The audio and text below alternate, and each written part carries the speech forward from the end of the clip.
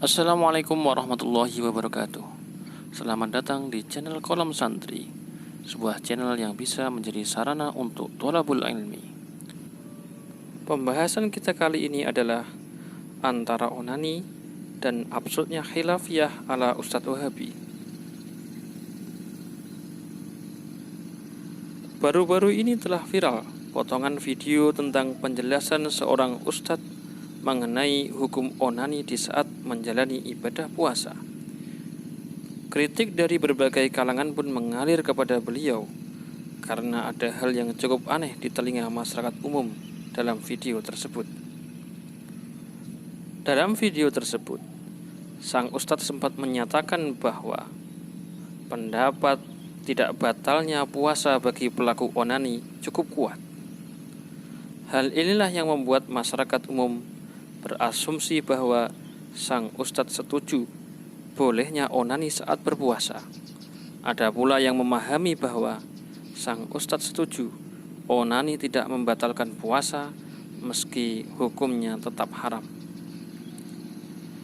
Dari potongan video yang beredar, murid-murid sang ustadz pun melakukan pembelaan. Pembelaan pertama, video tersebut hanya potongan, sehingga tidak bisa menyajikan gambaran utuh penjelasan sang ustadz. Pembelaan kedua, sang ustadz hanya menyampaikan khilafiyah para ulama, bukan pendapat pribadi beliau.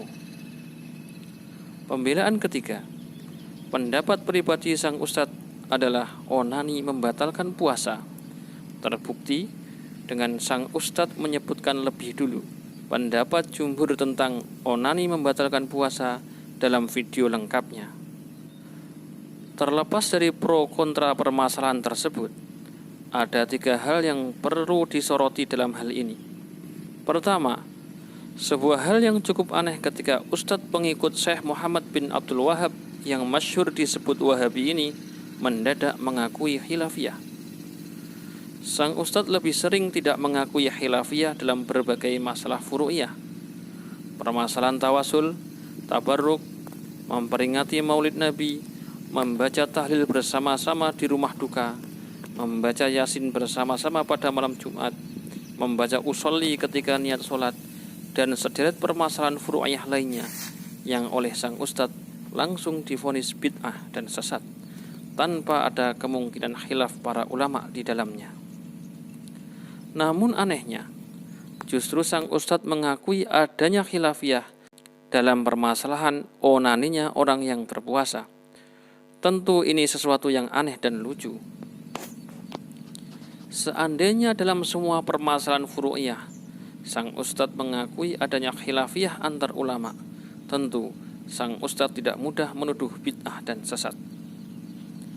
Kedua, ulama yang diakui pendapatnya oleh sang ustadz sehingga layak dianggap khilaf adalah Imam Ibnu Hazm, Imam Asy-Syaukani, dan Syekh Al-Albani. Sudah masyhur di kalangan fuqaha Ahlus Sunnah wal Jamaah bahwa Imam Ibnu Hazm bermadzhab Dzahiri, di mana mazhab yang didirikan oleh Imam Daud Az-Zuhiri, meski sempat bertahan bersaing dengan 4 mazhab besar. Seiring berjalannya waktu, mazhab ini habis tergerus zaman. Kitab-kitab dan murid-murid yang menjadi pengikut dan mengajarkan mazhab Dzahiri telah punah. Di akhir-akhir masanya, mazhab ini diyakini melebur dengan mazhab Hambali, sehingga jumhur sepakat bahwa saat ini mazhab Dzahiri tidak bisa dipakai pegangan.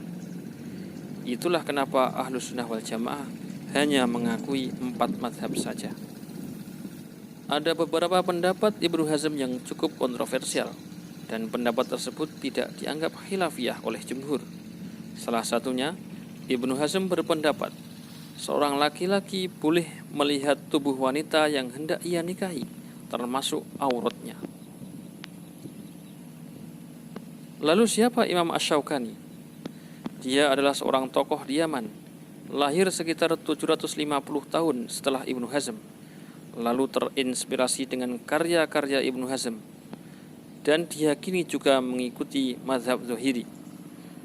Sedangkan Syekh Al-Albani muncul 100-an tahun setelah Imam Asy-Syaukani dan baru meninggal tahun 1999 lalu. Dalam banyak pendapat, Syekh Albani terinspirasi dengan Imam Asy-Syaukani.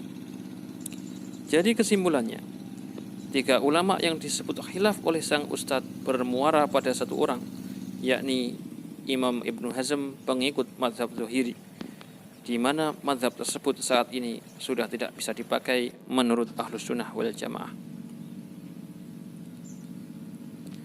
Ketiga, pernyataan sang ustadz yang mengatakan pendapat Ibnu Hazm, Asy-Syaukani, dan Al-Albani kuat karena tidak ada dalil sharih yang menyatakan batalnya puasa pelaku onani.